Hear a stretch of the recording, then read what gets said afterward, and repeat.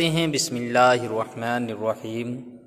اللہ تعالیٰ سورہ بقرہ کی آیت نمبر 93 میں ارشاد فرماتا ہے وَإِذْ أَخَذْنَا مِيثَاقَكُمْ وَرَفَعْنَا فَوْقَكُمُ الطُّورَ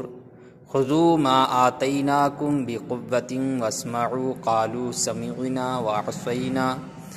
وَأُشْرِبُوا فِي قُلُوبِهِمُ الْعِجْلَ بِكُفْرِهِمْ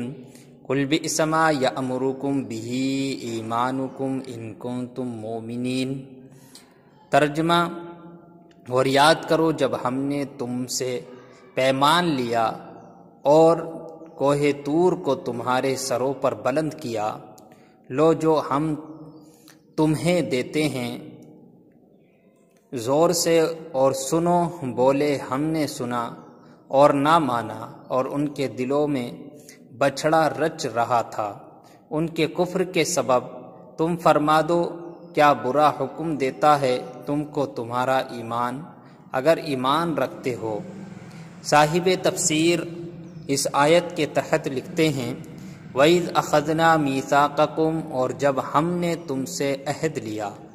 یعنی اے یہودیوں وہ وقت یاد کرو جب اللہ تعالیٰ نے بنی اسرائیل سے توریت پر عمل کرنے کا عہد لیا، لیکن انہوں نے حسب عادت نافرمانی کی تو اللہ تعالیٰ نے ان پر کوہ طور کو ہوا میں بلند کر دیا اور ان سے فرمایا کہ چلو اب مضبوطی سے اس توریت کو تھام لو جو ہم نے تمہیں عطا کی ہے، اور ہمارے احکام دھیان سے سنو۔ بنی اسرائیل نے ڈر کے مارے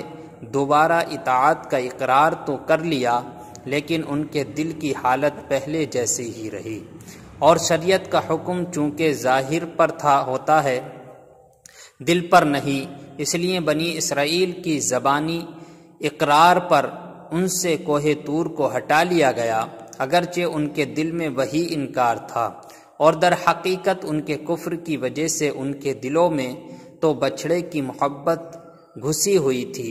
اے حبیب صلی اللہ علیہ وسلم، آپ ان سے فرمائے کہ اے یہودیوں تم اپنے اسلاف کی اس حرکت کو جانتے ہو، لیکن تم نہ ان سے نفرت کا اظہار کرتے ہو اور نہ ہی ان سے اپنی براءت ظاہر کرتے ہو، تو خود بتاؤ کہ کیا توریت پر ایمان لانے کے یہ تقاضے ہیں؟ اگر اس کے یہی تقاضے ہیں تو تمہارا ایمان تمہیں کتنا برا حکم دیتا ہے۔ قرآن مجید پر ایمان لانے کا مطلب اس آیت سے معلوم ہوا کہ اللہ تعالیٰ کی کتاب پر ایمان لانے کا مطلب یہ ہے کہ اس کے تمام احکام اور سب تقاضوں پر عمل کیا جائے اور ان کے خلاف ورزی نہ کی جائے۔ اس چیز کو سامنے رکھتے ہوئے ہر مسلمان کو غور کرنا چاہیے کہ وہ اپنی زبان سے قرآن مجید پر ایمان لانے کا جو دعویٰ کر رہا ہے، کیا اس کی عملی حالت اس دعوے کی تصدیق کر رہی ہے یا نہیں۔ ذرا غور کرے کہ قرآن مجید میں مسلمانوں کو نماز پڑھنے، رمضان کے روزے رکھنے اور زکوٰۃ ادا کرنے کا حکم دیا گیا، لیکن آج مسلمانوں کی اکثریت نمازوں سے دور ہے، فرض روزے نہ رکھنے کی مختلف ہیلے اور بہانے تراش رہی ہے، اور اپنے مال سے زکوٰۃ ادا کرنا ان پر بہت بھاری ہے۔ قرآن پاک میں مسلمانوں کو باطل اور ناجائز طریقے سے کسی مسلمان کا مال کھانے سے منع کیا گیا، لیکن آج مال بٹورنے کا کون سا ایسا ناجائز طریقہ ہے جو مسلمانوں میں کسی نہ کسی طرح رائج نہیں ہے۔ قرآن حکیم نے کسی کو ناحق قتل کرنے سے منع کیا، لیکن آج مسلمانوں میں ناحق قتل اور غارت گری ایسے عام ہے کہ نہ مرنے والے کو پتہ ہے کہ مجھے کیوں مارا گیا اور نہ مارنے والے کو پتہ ہے کہ میں نے کیوں مارا۔ قرآن شریف میں مسلمان عورتوں کو گھروں میں رہنے اور پردہ کرنے کا حکم دیا گیا، لیکن آج ہمارے معاشرے کا وہ کون سا طبقہ ہے جس میں مسلمان عورت سچ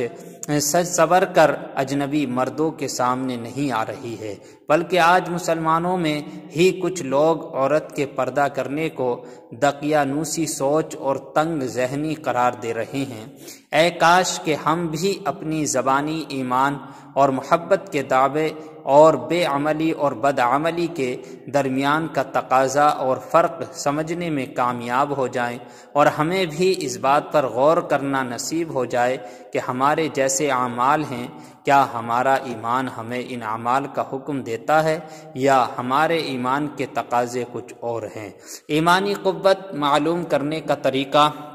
اس آیت سے یہ بھی معلوم ہوا کہ جب تک دل میں برائی کی لذت اور حلاوت موجود رہتی ہے تب تک ایمان اور نیک اعمال کی شیرینی میں داخل نہیں ہو سکتی، اور گناہوں پر اصرار ایمان کی مٹھاس اور عبادت کی لذت محسوس نہیں ہونے دیتا۔ یاد رہے کہ نیکی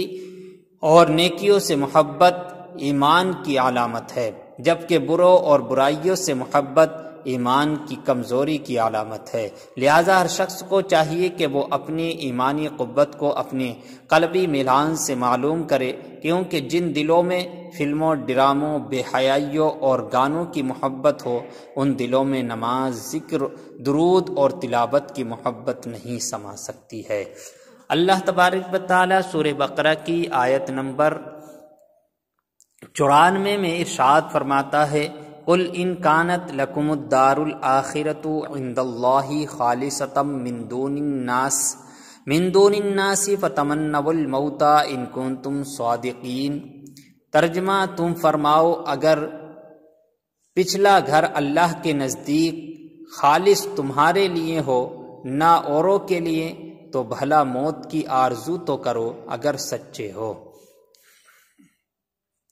خالصتاً، خالص تمہارے لیے۔ یہودیوں کا ایک باطن دعویٰ یہ تھا کہ جنت میں صرف وہی جائیں گے، جیسے کہ سورہ بقرہ کی آیت نمبر 111 میں یہ دعویٰ مذکور ہے۔ اس کا رد فرمایا جاتا ہے کہ اگر تمہارے گمان میں جنت تمہارے لیے خاص ہے اور آخرت کی طرف سے تمہیں اطمینان ہے، اعمال کی حاجت نہیں، تو جنتی نعمتوں کے مقابلے میں دنیاوی مصائب کیوں برداشت کرتے ہو؟ موت کی تمنا کرو تاکہ عیش و آرام والی جنت میں پہنچ جاؤ، اور اگر تم نے موت کی تمنا نہ کی تو یہ تمہارا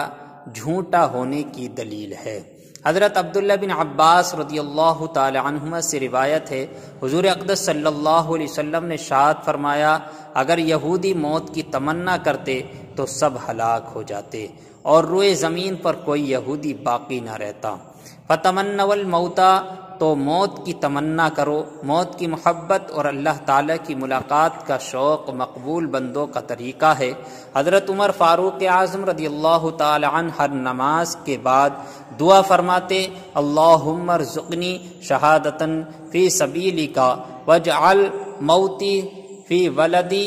رسولک صلی اللہ علیہ وسلم۔ یا رب، مجھے اپنی راہ میں شہادت اور اپنے رسول کے شہر میں مجھے وفات نصیب فرما۔ عمومی طور پر تمام اکابر صحابہ اور بالخصوص شہدائے بدر، واحد اور اصحاب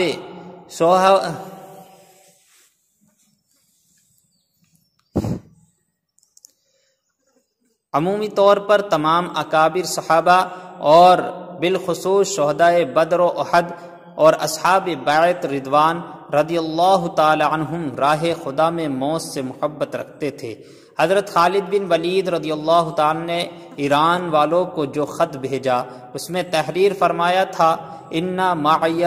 قوما یحبون القتل فی سبیل اللہ کما یحبون الفارس الخمر، یعنی میرے ساتھ ایسی قوم ہیں جو اللہ تعالیٰ کی راہ میں شہید ہو جانے کو اتنا محبوب رکھتی ہے جتنا ایرانی لوگ شراب سے محبت رکھتے ہیں۔ ایک دوسرے روایت میں ہے کہ اس طرح کا خط حضرت سعد بن ابی وقاص رضی اللہ تعالی عنہ نے ایرانی لشکر کے سپہ سالار رستم بن فراخ زاد کے پاس بھیجا تھا، اور اس میں تحریر فرمایا تھا، انا معی قوما یحبون الموت کما یحب الفارس الخمر، یعنی میرے ساتھ ایسی قوم ہے جو موت کو اتنا محبوب رکھتی ہے جتنا عجمی شراب کو مرغوب رکھتے ہیں۔ اس میں لطیف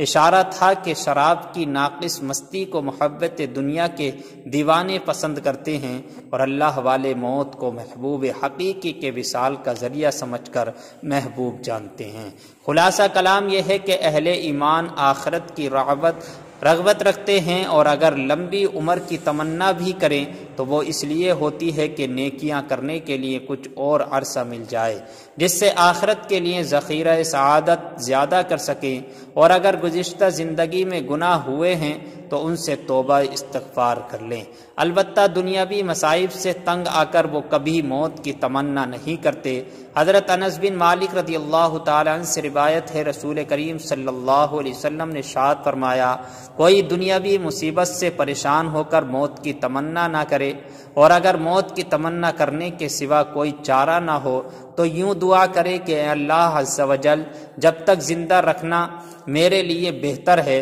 اس وقت تک تو مجھے زندہ رکھ، اور جب میرے لیے وفات بہتر ہو اس وقت مجھے وفات دے دے۔ اور در حقیقت دنیاوی پریشانیوں سے تنگ آ کر موت کی دعا کرنا صبر اور رضا اور تسلیم اور توکل کے خلاف ہے اور ناجائز ہے۔ اس طرح موت کی دعا نہیں کرنا چاہیے۔ اللہ تبارک و تعالی سے دعا ہے مولا تعالی ہم سب کو ان باتوں پر عمل کرنے کی توفیق عطا فرمائے، آمین یا رب العالمین۔